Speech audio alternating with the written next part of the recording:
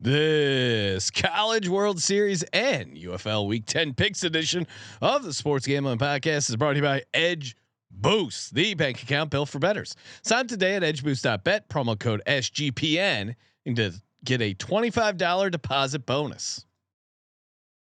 Hey, this is John Smoltz, and you're listening to SGPN. Let it ride.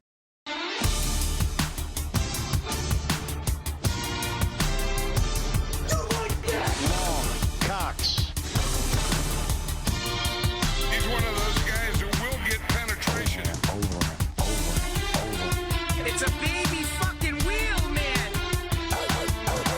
San Diego Superchargers. Now go home and get your fucking shine box.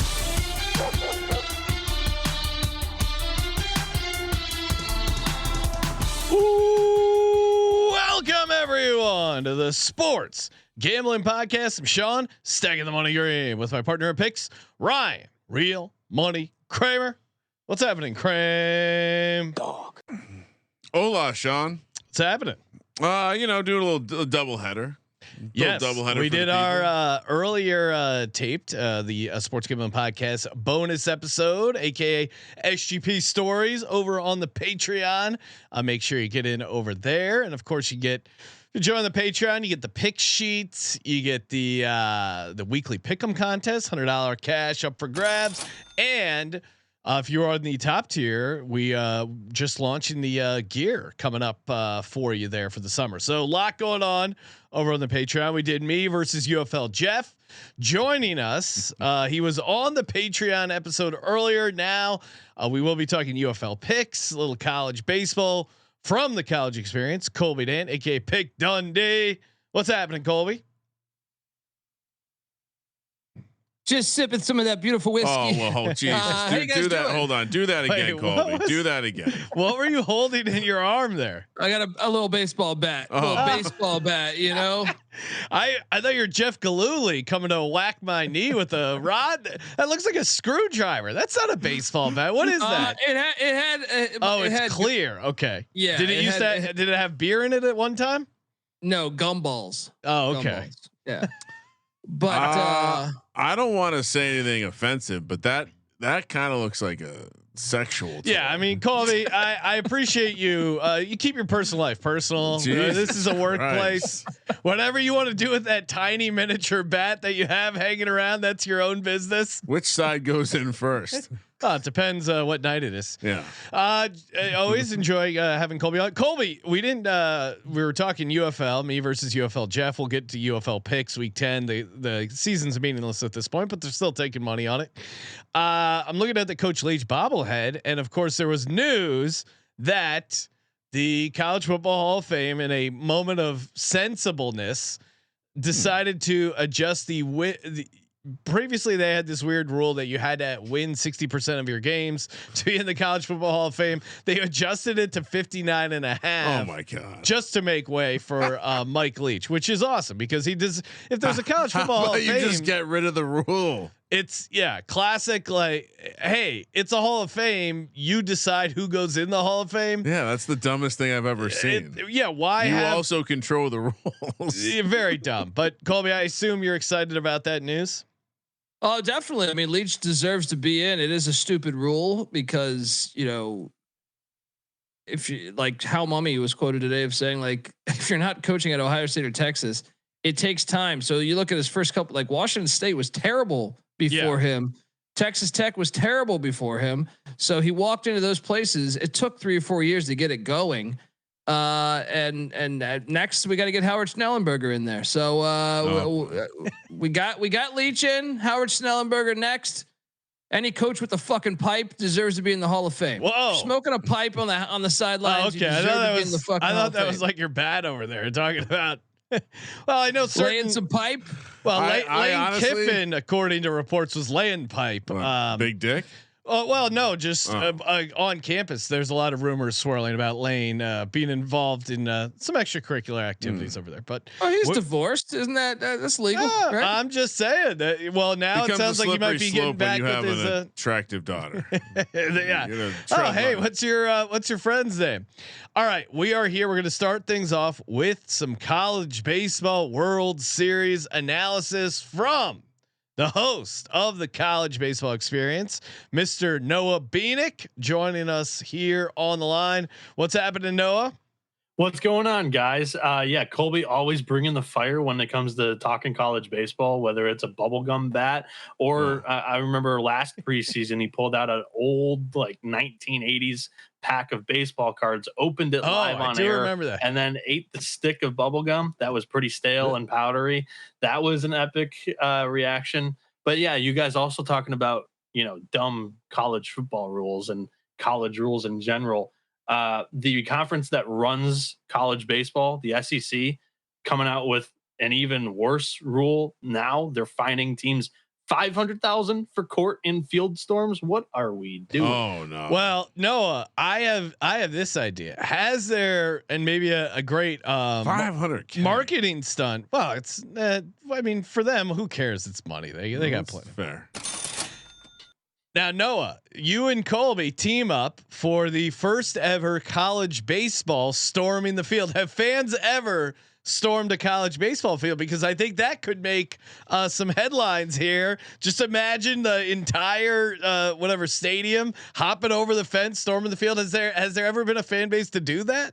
There are some videos of back in the old past times of, college fans storming fields, but now there's the protective netting that go basically like from home plate all the way down the first and third base foul lines. Grand Canyon did it 2 years ago when they beat Tennessee. They had a band at the field for the opening day game. So there were some people that rushed the field after knocking off preseason #1 Tennessee. Oh, okay. I was just at the ACC tournament. I know this netting that he's talking about. Last weekend, I was at the ACC tournament. It's this shit's ridiculous. More proof that we live in the worst time in the history of the world. Oh, those aluminum bats. You might get a foul ball and totally smash them. You know how we fixed the attention span issue and staring at phones? We put up a protective net. So they can't get hurt. No, you get rid of the net, so you keep your head on the swivel. That's my point. Yeah, you get rid of the net. The civilization becomes less retarded. At this time last year, we were talking about Jack Caglione and him using metal bats. Yeah. He was getting 120 mile an hour exit velocities. This guy's been tearing it up in the minor leagues. He's now in the AAA, still raking. He's got 4 home runs in like 7 games. He's going to be in the majors very, very soon. That's what the positive is about college baseball, is that you're seeing like really good talent that will be in the majors in 2 or 3 years. But yeah, the protective netting has gone a little too far, in my opinion. What happened to the good old getting a foul ball? And if you get drilled by a 115 mile an hour liner, part of the game. Pay attention. You get your hand. So that's why you bring a glove to a game. As a young person who once caught a Mel Hall bat, which, as you can imagine, where'd you put that, Ryan? Mel Hall swung a actually the other kid that was at the game has it somewhere. Heaviest bat I've ever felt in my life. There was no net. We survived. I had a little bit of a bruise on the chest, the sternum area, but pretty badass story. Everyone who gets hit by a baseball has a badass story. It's a war story for someone who's never going to serve any sort of battle. And so, yeah, thank you for taking that away from us, college baseball. Noah, let's talk MLB. MLB started it. Don't blame the college game for it. It always trickles down, right? It always trickles down. They're trying to do all these dome football games. Goodell started that bullshit. God bless European games. The college game's still 10 times more fan friendly than the pro. I will say this though, in defense of Major League Baseball, if anyone wanted to court storm or field storm at Dodger Stadium, you could. The door is not locked. You can just open it and walk on the field. Yeah, my buddy ran onto the field. It was after the game was over, and he was visiting us. This was like, and he didn't bring his cell phone, and we couldn't find him after the game. So at the time, I lived like 2 miles from Dodger Stadium.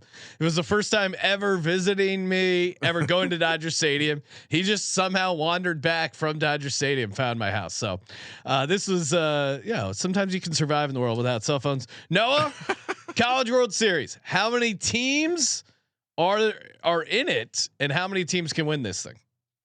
So there are 64 teams in the College World Series, or in the NCAA tournament. 8 teams get to the College World Series. And if you're asking me how many teams I think have a shot to win the national championship, I would probably throw the dart on like 16 of the 64. There's not an elite team in this year's field. In past years, especially last year, number 1 overall Tennessee kind of ran through it. Nailed it. And he did. And it was somewhat of a bold prediction because since 1999, since this field of 64 kind of expanded and we have the current format now, a 1 seed hadn't won it since 1999. So, there have been these really talented teams, and you're going to get that a lot with the whole NIL and transfer portal. Your powered schools are going to have more of the blue chip prospects, but it's college baseball, especially in the sport of baseball. The best team doesn't always win. You look at the Dodgers; they were just able to get over the hump in 2024, but Padres are knocking them off. The Diamondbacks are knocking them off. There are chances of these teams dropping games. Evansville beat Tennessee in 1 game of a best of 3. Like Evansville coming out of the Missouri Valley Conference. Yeah, so, I still remember where I was when that game happened. Oh wow! Noah, talk to us. Well, how we make format wise, though, yeah, 64 teams. They whittle it down to 8 that go to Omaha. How do they get there? Because it's what 16 teams? 16 4-team regionals. Right? Yeah, so there's 16 4-team regionals. It's a double elimination pool play, or not pool play, double elimination pool. And from there, the winner of the pool, the regional, play each other in a super regional. So there's 2 regional winners now in a super regional. It's a best of 3 game series. Then the winners of all these best of 3 game series, it dwindles from 16 to 8. All 8 play in Omaha. It goes back to the pool format, and it's double elimination again between 4 different teams. And then the winner of those 2 pools play each other in a College World Series final, best of 3. Oh man. Any interest in going to Omaha this year, Sean? Me? Derek and the Circa crew going to be out there. I saw that. They Derek's going to buy the most, just teaser alert. Derek's going to buy the most ever. Yeah. Does Michigan have a shot to make it to Omaha here, Noah? There are guys from the state of Michigan in this year's field. There is no Michigan team. Oh, wow. So, okay. So no, unfortunately, no, not for a team format, but I will be there. I will represent the state of Michigan this year. This will be my first time going out representing SGPN and also 11.7, who I've done some work with this year. Awesome. Well, let's talk about it. So let's talk Turkey. Who you said before we fired this up, you said there were 8 teams that you thought had a chance to make it to Omaha, to win it all. Let's walk through some of these favorites. Maybe you got some long shots. What are we doing here? All right. Yeah, I guess I can go through kind of my 8 teams that I have getting to Omaha. Some of my favorite futures. So Vanderbilt's your number 1 overall team this year. Okay. All season long, they hadn't been ranked number 1 the entire year. All 15 weeks in the polls, never number 1. Selection Monday comes around and they are named the number 1 overall team. Honestly, I don't mind it. Honestly, I think the committee did an all right job this year. There wasn't too much that I was really up in arms about and complaining. Vanderbilt's got a pretty favorable draw for number 1 overall seed. That's what you would like to see. They get a regional that really doesn't have the type of pitching that the Vandy boys typically have. It's a very talented pitching staff, hails of, David Price and also Walker Buehler, who's in the MLB right now, Sonny Gray as well. I think Vanderbilt gets to Omaha this year. And then I think Florida State is actually one of my favorite futures to get to Omaha. It's plus 275 in this niche gambling market. A lot of the value is extracted. There's a good hold from a lot of the sports books, and you have to take some risks in order to squeeze out a little bit of profit. Florida State to me is a spot that I kind of liked.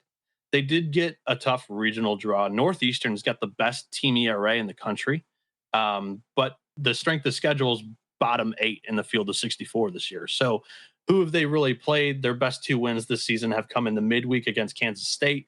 In the midweek games, college baseball teams don't necessarily throw their best pitchers. So Northeastern kind of took advantage of a Kansas State team that was going out there, giving some of their freshmen some reps on the mound against the Northeastern team that had some talent. That was a formidable opponent, but I'm going to doubt them here in the Tallahassee Regional. Mississippi State is an interesting SEC 3 seed. They did win 15 games in conference. They fired their coach a month ago, and they've already rumored to basically have the new coach already locked up.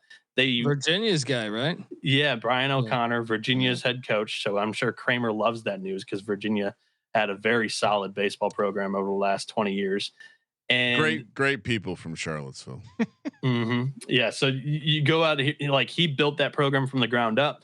They come out with that news because I think they're purposely trying to spoil this year's team. Because if the current interim coach, who has no head coaching experience whatsoever, makes a run with this team, then you're maybe in a pinch to have to hire him, which is probably not the best sign, but also like hilarious at the same time. And I'm rooting for it. It's like NBA shit. Yeah. Working on next season.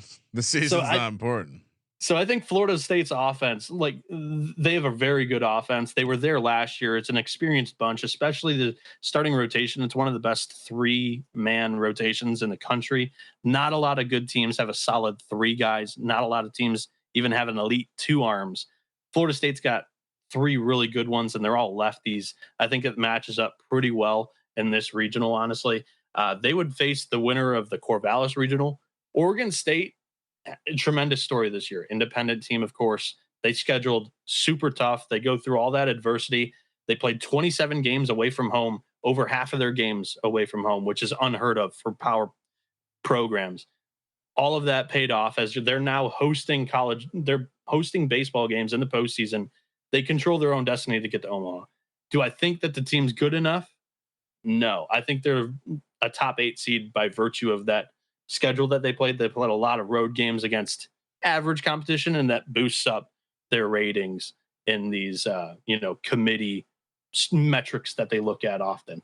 So I think Florida State gets to Omaha plus 275. Nice there. Beaver. North Carolina is my national championship pick. Really? 10 to 1 currently in the Chapel Hill Regional. North Carolina's, I think, got the best pitching staff in the country. And they're going up against poor offenses in this regional. So that I think they get out of here. And also they would host in that super regional. My preseason national championship pick was Arizona. They could face Arizona in the super. The offense hasn't really lived up to what I thought it was going to be this year for the Wildcats, or it could be Oregon. And if it's Oregon, I think that could be a very good firefight. Oregon's bullpen doesn't really match up with UNC's though. And I think the Tar Heels will be able to get out of there. I have Coastal Carolina getting to Omaha. Oh, please. Really? They are better than ECU. They are my mid-major to get to Omaha this year. Coastal is in the East Carolina region. The Pirates, I mean, they had a really good week, but I really think they lack 1,500. I really think they lack the depth to get it done. You know, they threw the same arm, Ethan Norby, their number 1, 3 times during the week to get the job done and get in the NCAA tournament. Kramer, real quick, I'm seeing over at our buddies over at Circa. Hold on, I'll put my ECU hat on. East Carolina to win the College World Series is $100 wins you 30,000. Really? No, so you like UNC at 10 to 1. He likes Coastal. And I'm seeing Coastal get out of the region at plus 110. Okay. Yeah, that's ridiculous. Look, they're calling for heavy rain all weekend, guys. Pirates survive in the rain. As you know, Coach Leach just got into the hall. He just got into the hall, and because when you're at East Carolina, you go for it every time. or you don't coach at East Carolina, you don't come to East Carolina, you don't play at East Carolina with a weak heart. Write it. All right, so plus 1,500. Jump in on that, Sean. Plus 1,500 just to make it to Omaha, right? Just to win this, to win the Conway regional. Okay, yeah. We're gonna have a bunch of fans down there. I almost went for the rain. I don't know about it. I'll trust Noah over Colby. Noah, is there some long shots either to make it to Omaha and or to win it all that you think have some sort of value? Guys, I gave you out a really good long shot that I still love. It's Stetson, a mid-major that I think has plenty of talent. They were 66-1 just to get to Omaha in the preseason when I was on the show earlier this year in February. They are now 22-1, which is still a good price, and I would still honestly recommend it. Stetson had 14 players play in the Cape Cod League last summer, which is like where a lot of the good college baseball players play in a summer league to get more reps. The only team that had more Cape League players than Stetson was Vanderbilt, your number 1 overall seed this year. They are in the Auburn Regional. I've notoriously doubted Auburn this year. They have proven me wrong throughout the regular season, but I still think that they lack the top tier talent on the mound that I think Stetson has. They have the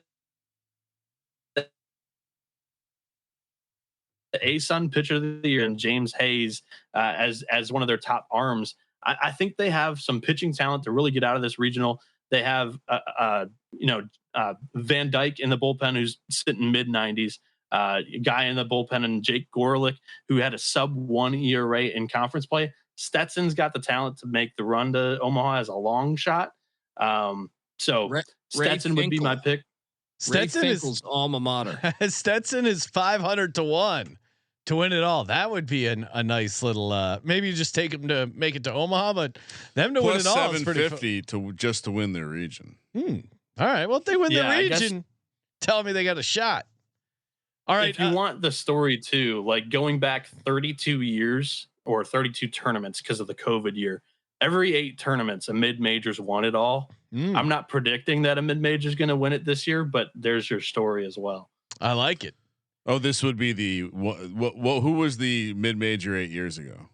2016 Coastal Carolina. Yeah. All right. So 2008 Fresno State. Don't quiz me on any of the. You want to hear a terrifying moment as a parent? Your daughter comes to you and says, "Hey, can we go to Conway, South Carolina? I'd like to check out Coastal Carolina." I said, absolutely. The beach, baby. Absolutely. Come to the beach. Come to the beach. Uncle Colby will show you around. Okay, Noah. What's one more team you want to talk about, and or I just bet Stetson, by the way. One more team and one more bet you want to get down on or mention, and of course, everyone, make sure you subscribe to the College Baseball Experience. Tons of picks, podcasts, getting you through to Omaha, and live reporting from Noah.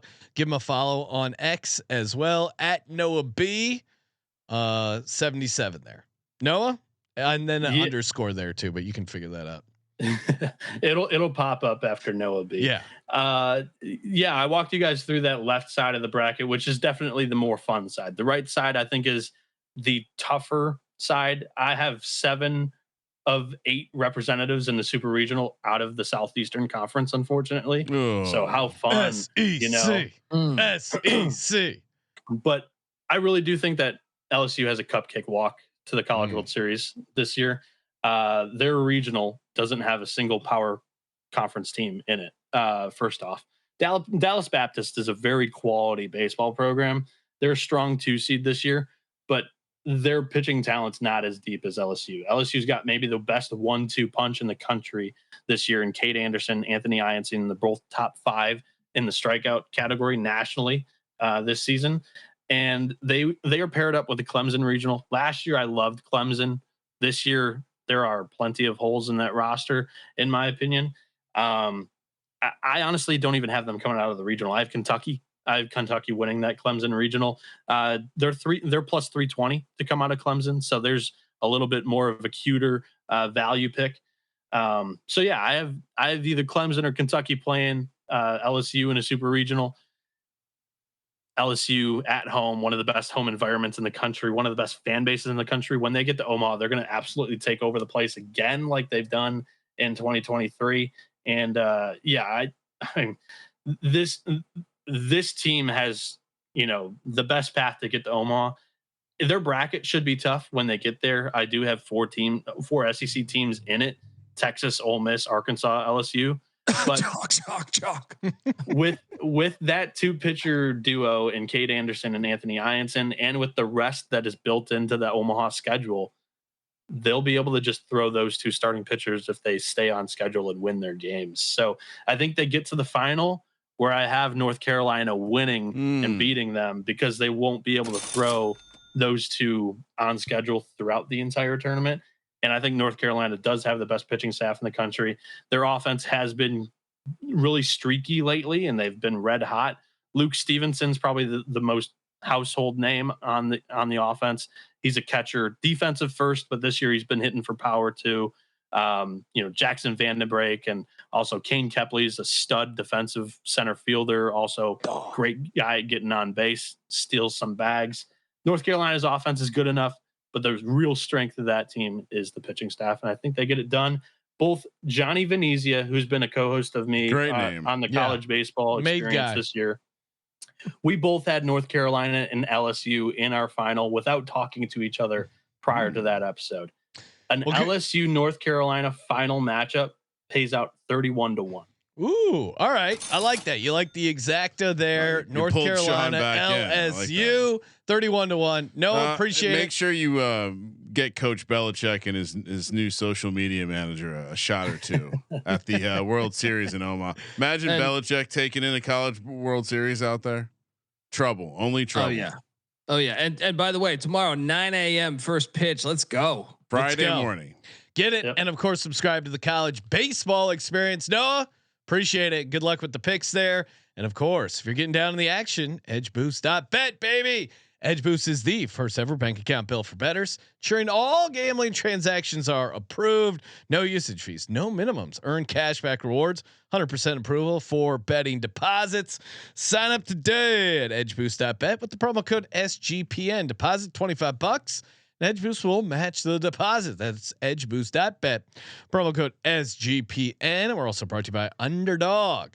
Underdog Fantasy, get in over there. We've been cranking out best ball drafts, Ryan, best ball mania, giving away millions, $2 million to first place, $1 million to second. You could become a fantasy football millionaire. UnderdogFantasy.com, promo code SGPN. Get that deposit match up to $1,000. That's right. UnderdogFantasy.com, promo code SGPN.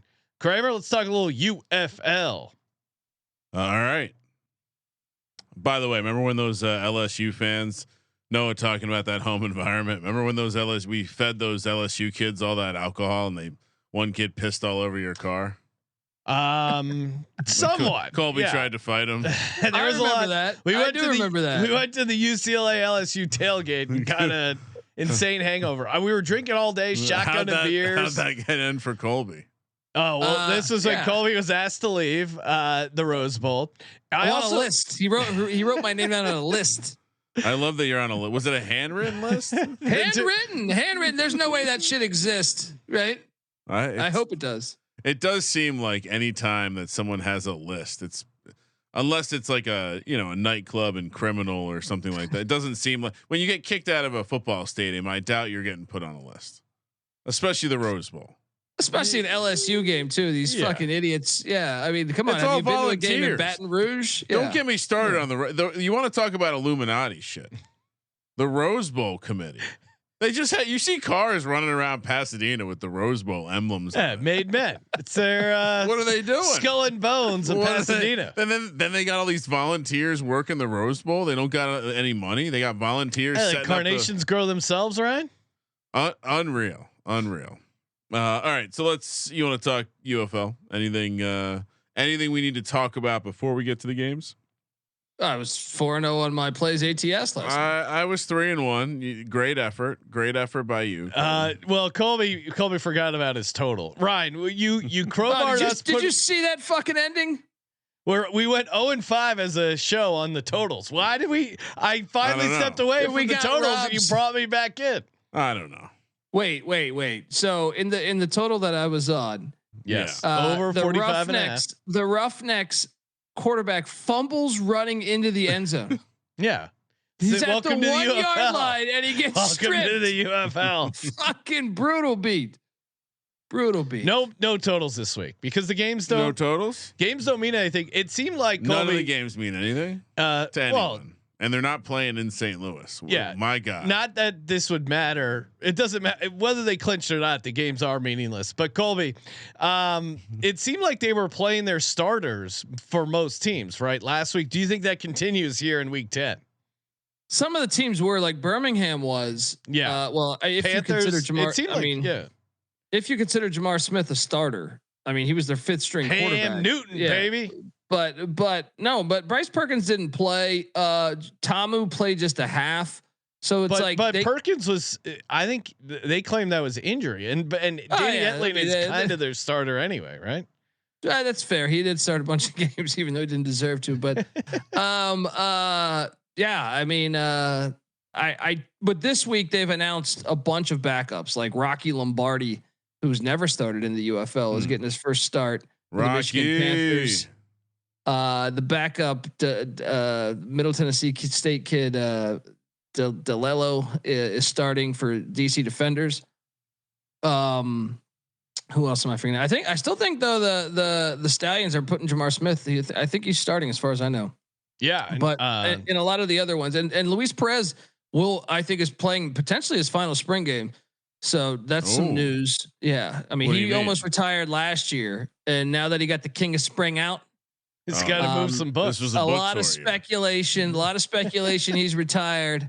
But I don't know why you wouldn't go to the CFL. Their contracts for quarterbacks are fucking pretty good. But is that Colby just trying to crowbar in a plug for the CFL gambling podcast? It is. And check that out. We got huge tits parlays. We'll start giving away next week. So join in the fun. CFL. We're gonna crown a champ. Last year the Toronto Argonauts won it all, Sean. They've been playing as a franchise since 1873. Wow. That's like 60 years before the NFL. So say that fact about the Argonauts one more time, Colby. Since 1860 or 73, I'm sorry, 1873 they've been playing these Argos. Watch out, Joey T, June Jones played for those Argos. Check out the CFL Gambling podcast. I'm wet. That's my reaction to hearing the Argos trivia and the CFL plug. CFL's played for a while. So all right. So there's nothing to play for this week. There was nothing last week, but how could that be possible? But they're jockeying for position in the playoffs. Yeah, but as we mentioned, they don't have access to their home stadiums. Okay, DC Michigan would be the winner would get home field had they just had access to a game in DC, but now that game is in St. Louis, and don't forget Bobblehead night for Jake Bates. They didn't have enough. They had leftovers from the previous time, so they're doing it again. You get in and to clarify. So the St. Louis Battlehawks DC Defenders game that we're going to talk about first, 5 p.m. on Friday in DC, where the Battlehawks are laying 2. Where's the slide? Laying 2 and Colby. Where are the slides? Shit. Where are the slides? Slides. You got because when I restarted the computer. Okay, there you go. Good. Yeah. Oh, that's not the right thing. The first game we're going to talk about is this Battlehawks DC game. -135 on the money line for the Battlehawks, +115 for the Defenders. 43.5 is the total. So this game should be a very meaningful game as DC currently up 1-0 in the tiebreaker. They could clinch it all, grab that home game in the playoffs. Of course, we know that's not possible. So this is being played in St. Louis for fun in the next round. So this game really doesn't mean anything. It's a primetime game. They've really made a mess of these Friday night games. It is. So wait, it's St. Louis and they're at home, even though they're on the road against DC, right? No. This one's actually in DC. In DC, and it should be for DC to host the next week's game. but instead it's going to result in them playing again next week in St. Louis. See, this so it's kind of makes me horrible. like DC here, Doubly right? Exactly. This is my 5-star mega whale special here going on 1-800-PICK-DUNDee. This is a sympathy play. The league is cooking. It's been rigged really both years for these Battlehawks. That's why they got more home games than any other team. That's why they got all the free ride in the playoffs. So they're going to give DC and those Beer Snake fans a great win here. No, friendly whistle. No friendly whistle, and then next week when they go into the Battlebirds Dome, they're going to get their ass whooped. The whistle will be against them, but this is the spot to jump on DC. This is a money line play right here, guys. I'm with Colby. I think this is DC's spot. St. Louis doesn't care about this game at all, and they're on the road. And in general, I'm looking to fade St. Louis on the road, take them out at home. It's a very simple handicap, but it's worked pretty well against or for St. Louis this year. They easily covered the -6.5 at the Brahmas, but in St. Louis because they win it by margin at home, or at least they cover. And DC actually is playing in front of some sort of fan base, so they're the only ones who are going to have some sort of motivation. St. Louis isn't going to want to show anything. They're not going to want to play anything. They're going to obviously save it for the playoffs. And DC they're fired up. They want to show, hey, we should be hosting a home game here. So I like DC a lot here. Kramer, do you agree? I mean, DC did win the first game, so there's a confidence angle. But it isn't the lead. I mean, I hear what Colby's saying about the narrative. This line has moved a lot in the past. We've seen the line movement be generally correct in the UFL. What was the line movement? Well, St. Louis was not favored when this opened, I believe. But did people know where the game was? Well, the game's in DC. No, St. I know, Louis got bet heavily. So, I mean, if that matters, then I'll take St. Louis. Okay. The league clearly wants them to. But it doesn't matter here. It doesn't, but the league doesn't know that. And shout out to Sam G saying he'll host Colby at our tailgate in our beautiful dome for the playoff or championship game. Colby, it sounds like you got an open invitation to the Battle Dome. Caw. I appreciate it, Sam, but I don't do football indoors. Wow. You know, that's just spitting in your face. If you get a chainsaw and cut the roof off that, I'm interested. Would you play the over here, Sean? I'm not messing with any devil totals anymore. Okay, it's just, I would probably go under here because I don't trust the Battlehawks offense on the road. They don't have to score a ton. I think won't who's DC will score. Just for reference, their last road game they only put up 19. Before that, let's see, true road game or scheduled. I don't know. I gotta go back. Then they had 15 against the Renegades. I don't think they've had 20 points or more on the road. And again, it's tough because half these DC will put up 30 points, no problem. You know, that's what I'm saying. 30 to 20 is 50, Sean. Yeah. I would still probably look to the under because I think you said no totals, Sean. Oh, you I'm said not no touching the totals. You're touching. You're talking. You're breaking down a total. All right. I mean, I'm on St. Louis. Good luck. Shout out to the UFL for how you can manage to screw up so bad that you're with supposed only to be like the best. This would have been like a playoff game in a way. Yeah. I mean, with only 2 teams in your or 8 teams in your league, 4 teams make the playoffs. You still somehow manage to make 20% of your league not matter. 20% of the regular season didn't matter. All because you can't schedule a stadium. Saturday noon kick in Detroit. As Colby mentioned earlier in the show, it is the Jake Bates bobblehead day. Do we know how many they're going to give out? I think they're going to give 7 Limit to every 1 person. per fan. How many? The first 200 fans. Sean, they can't keep paying the storage on this. They had this shit from last season. You know what I mean? They had it from last season. They're just the fact that the biggest star and the bobblehead choice. This is the all-time UFL low. Your bobblehead night is a guy who is a kicker and isn't on the team anymore. How is that building a fan base? And please, anyone going to this, we want 2 of these for our studio. No, we want as many. We will get us a box of these bobbleheads. We'd appreciate it. We will trade it for some sweet SGPN merch. I mean, come on.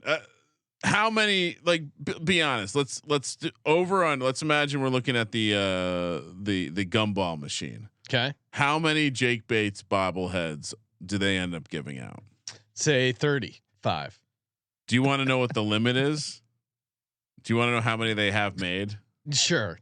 Supposedly, it's like 400, right? It's 2,000. 1,000? Okay. No way. 2,000. No way. Come on. Well, I think they're left over from last year. Dude. Yeah, of course they're left over from last year. I mean, when he was on the team. Sure. Okay. If he's a legend, it's not like John Elway and they're putting him in the Ring of Honor and he had this great career that he was on the team for 1 year. Bates played. Let me read how many games did he play for them? 10? Let me read the news blurb about him. Bates played 1 season with the Panthers before he signed a 2-year contract with the Lions. He made 26 of 29. Get the fuck out of that. 26 out of 29 field goal attempts and 64 out of 67 extra point attempts for the Lions in 2024. And then they're talking. I mean, you want to get the bobblehead now because when they're in the store next week, it's going to be $375. They marked it up.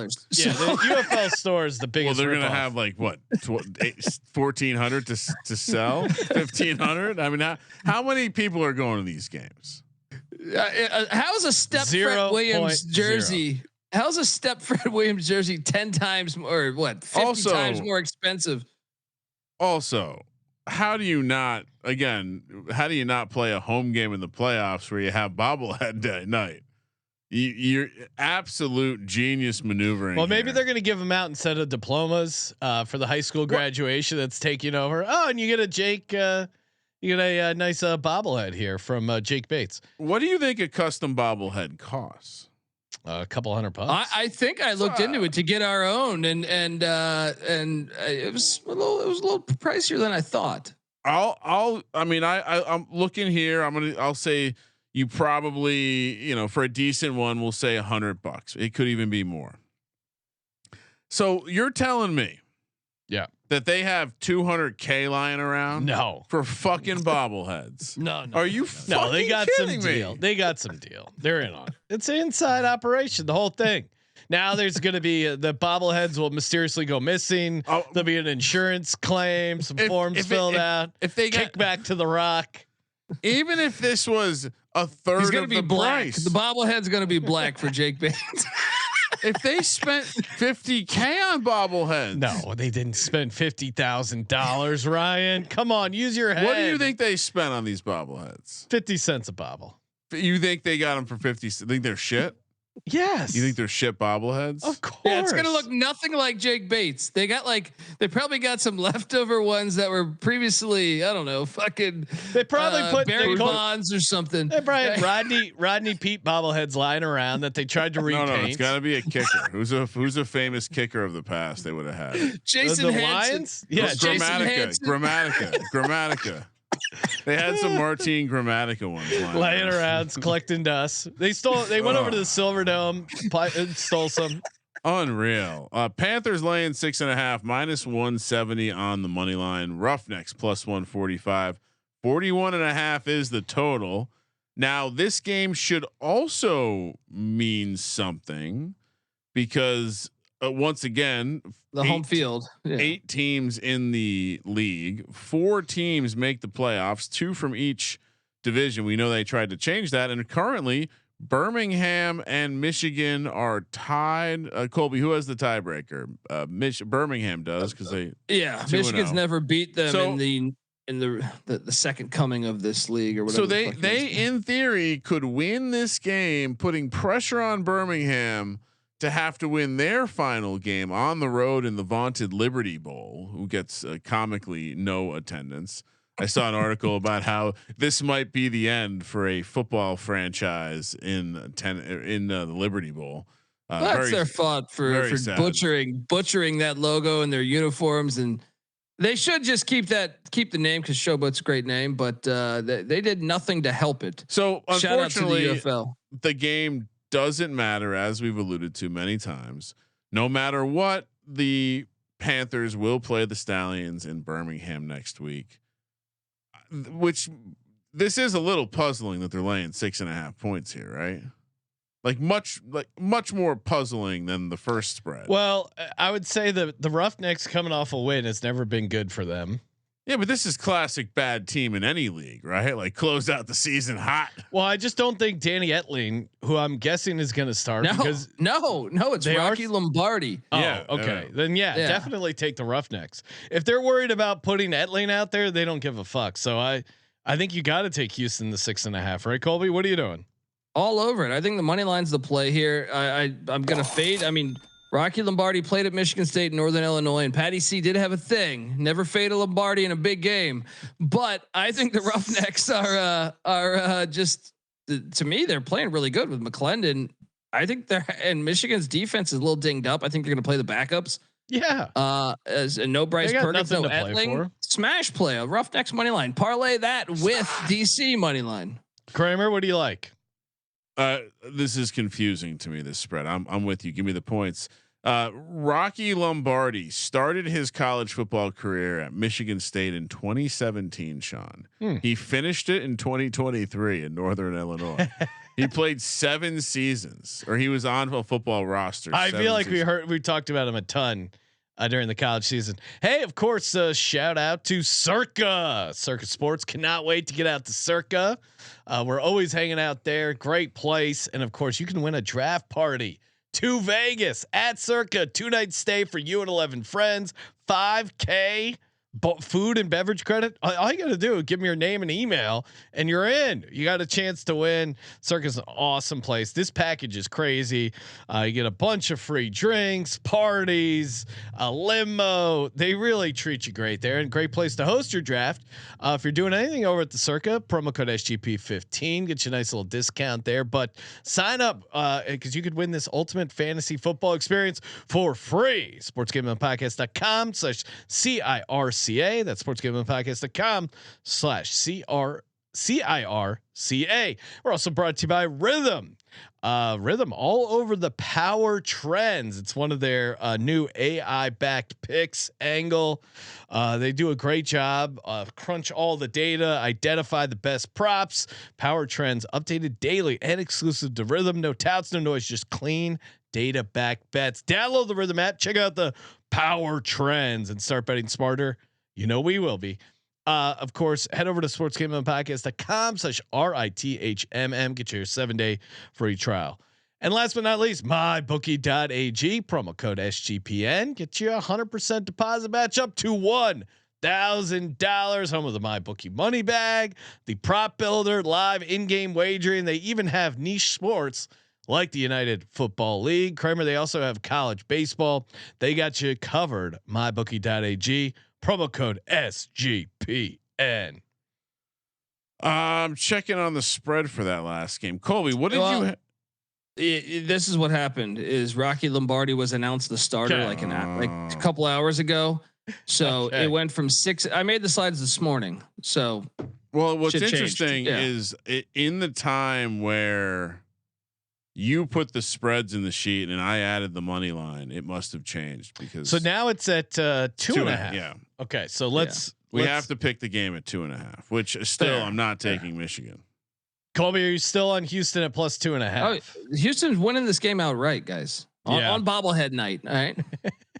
They're doing it for the Jake Bates bobbles. How many people will tag us in a picture of the Jake Bates bobblehead, please? How many people will tag us? 0? How many of them? I need one for my office. That's more like I'd rather have that than like a Jordan bobblehead.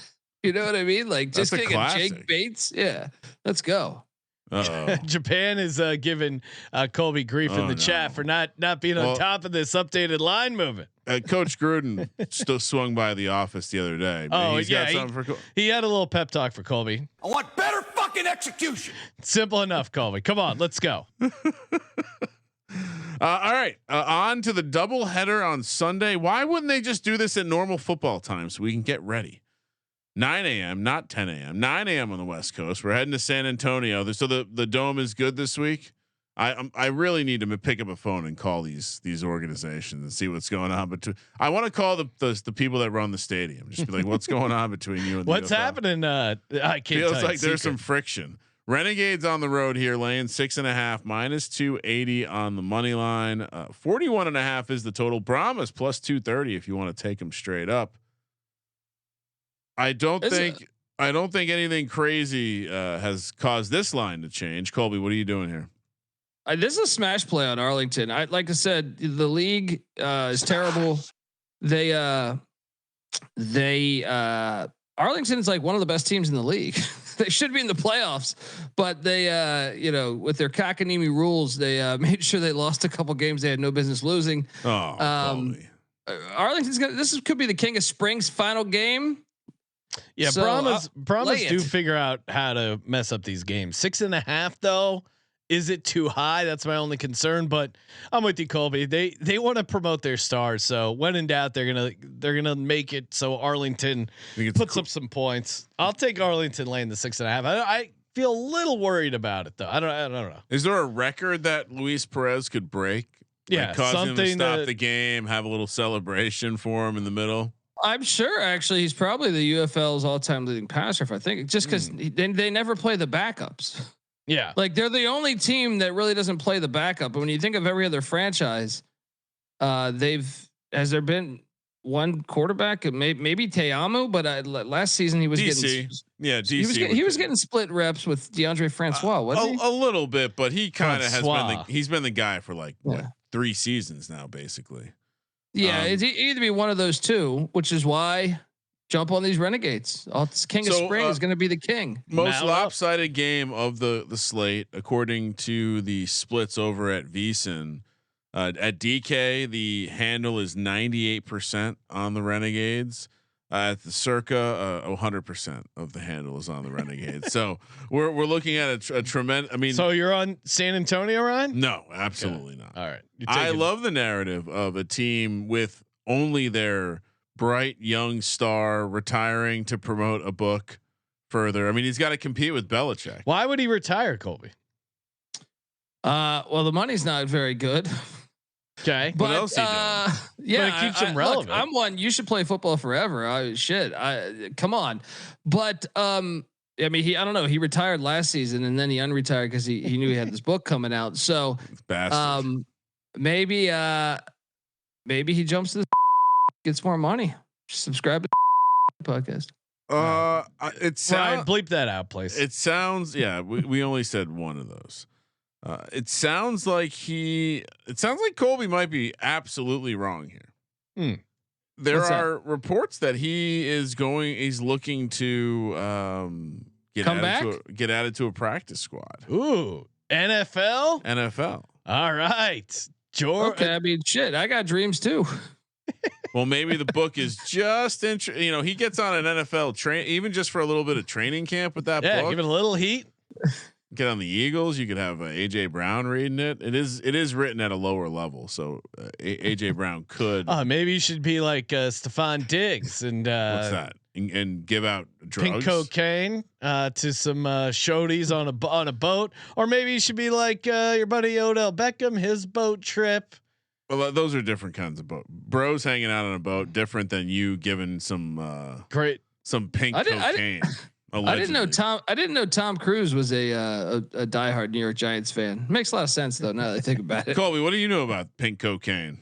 You're in North Carolina now. Yeah, so you just went on a field trip. I prefer blue cane. I prefer blue cane, guys.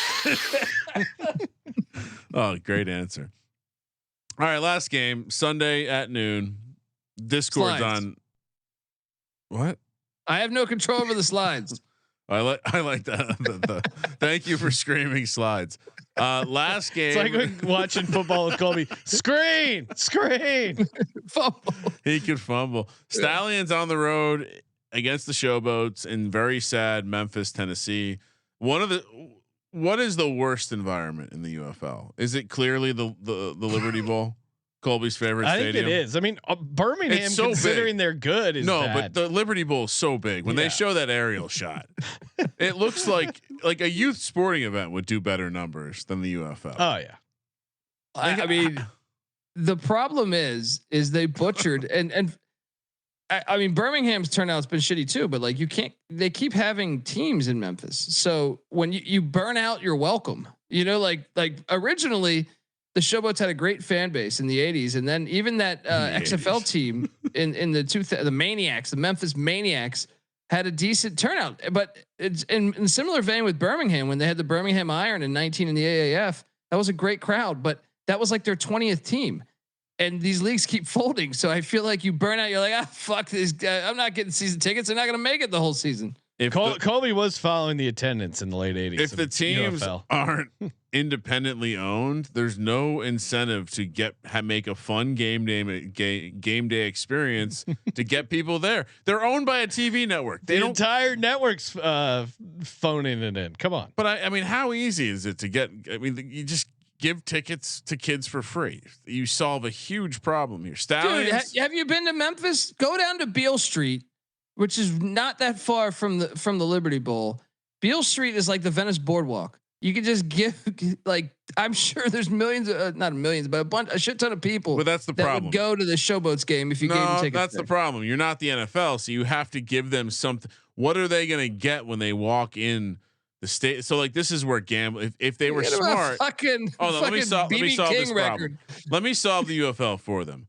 Relocate all teams. So Colby, you can be in charge of this. Pick the best teams in legal gambling states and explain to people that when you buy your UFL ticket and you go to the stadium, you can turn that ticket in for a bet voucher that matches the cost of your ticket. And my God, it's so easy. Kick them a $10 free concession coupon. This is but imagine if you bought a $25 ticket to a UFL game and they gave you a $25 free bet to throw on the game. You don't think people would cash that in? Fuck yeah, they would. Do you have to stay to the end of the game? No. Okay, I'd be in. That's like when Prince cooked the books for his album. He became remember he was like Billboard top 10. He made everyone that bought a ticket to his show got the album via the barcode. Genius. And then you're onto something. You're onto something there, buddy. Well, and yeah, it's genius. Anyway, Stallions head to Memphis, taking on the Showboats. Showboats catching 6.5 plus 280 on the money line. Minus 340 for the Stallions. 38.5 is the total. Ham Newton. I mean, Colby, what are you doing? Under, right? I love to back my Stallions, but give me these Showbirds. I think look. What's the motivation for Birmingham? They played their starters last week because it's Michigan. That's a team they're playing, and they've swept them under Skip Holtz. I don't know that there's any zero. It's too many points, man. It's too many points in a game that means nothing. I do expect them to play the backups this game. I was on the Memphis money line, and their motivation was the same last when they got destroyed by Arlington. I don't think they show up. The no fans is a huge just sad vibe at that stadium. Give me the Stallions. Ham Newton, I think will probably. Don't you think Jamar Smith plays?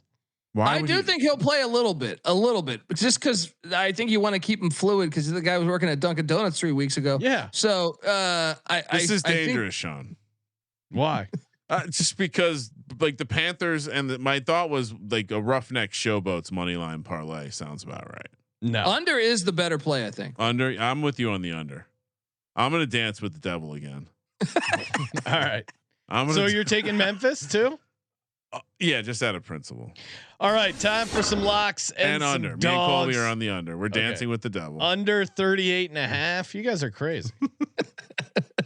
Cam Newton's gonna go off. He's the only guy that it's the best nickname in this. Colby is right. They have the best coach. He will certainly understand the situation and they will know they will know there is no possible way they cannot do the math as they're the last team to play that they will not need to win this game. Period. Come on, they're gonna be fired up. All right, locks and a dog. Kramer, start off. What are you doing? Lock number one. Well, interesting here. So I'll go backwards. Dog is going to be the Memphis Roughnecks money line parlay. Okay. Lock number one is going to be Arlington. They'll carry the Spring King off a la Rudy. Maybe a little bit ironic. Houston plus 2.5. St. Louis -2.5. All right, for me, let's see. Wait, timeout. Pause. Under 38 in the get rid of St. Louis. Under 38.5 in the Stallion Showboats. Okay, let me lock that up. I forgot I was dancing with the devil. I'm gonna fade you guys. You're ice cold. Give me Birmingham -6.5. I went fucking 4-0 last week. 4-1. 4-1. You can't get away from your sides there. I'll take Arlington laying the 6.5 and Houston +2.5. They're gonna win outright, but Houston DC money line parlay, is the way to go. Thank you. I gave that parlay out earlier.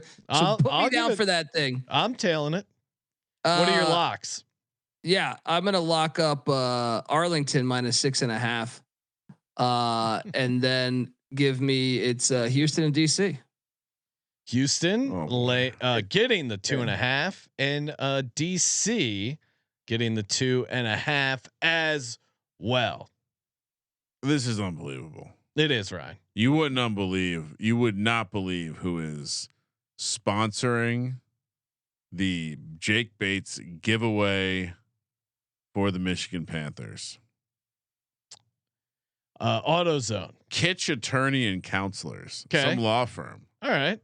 What is this? Why is that unbelievable? Why? What is the UFL doing that it's trading a bobblehead sponsorship kickback? I mean, what else? Why else would there be a league law? Maybe UFL Jeff got a DUI and needs justice. Who works for this company? Shout out check out the Patreon, where we detail the war of me versus UFL Jeff. sportsgamblingpodcast.com/Patreon.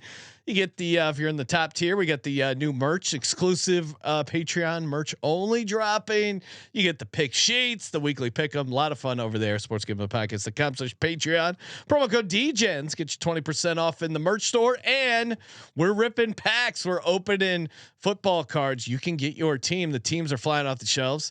Except the Dallas Cowboys, everyone hates them. The Vikings, supposedly we're supposed to be good. No one's buying them, but you can get 10% off your team or whatever team you're trying to collect. We rip the packs open live on air. Oh, we've had a couple go in the last since the last episode, and then whatever you get those cards. So you're hoping for some super expensive rookies, whatever it is. Good times. sportsgamblingpodcast.com/break, promo code SGPN. Guess which team? Guess one of the teams that has gone in the past since the past episode. Panthers is gone. Wow. Bills also gone. Oh wow! Yeah. I was bullying our managing editor Adam. I go, oh, you don't believe in the Bills? You don't believe in that 2024 class? Good times as always. Nice Thanks for hopping on, Colby. Check out the college experience for a football team previews right around the corner, and of course the UFL and I guess CFL. Bleep that one as well, Ryan. Gambling podcast. Thank you for participating in the Sports Gambling Podcast. For Sports Gambling Podcast, I'm Sean, stacking the money green. He's Ryan. Looks like we have a deep dive to do on this this bobblehead connection. Kramer, let it ride.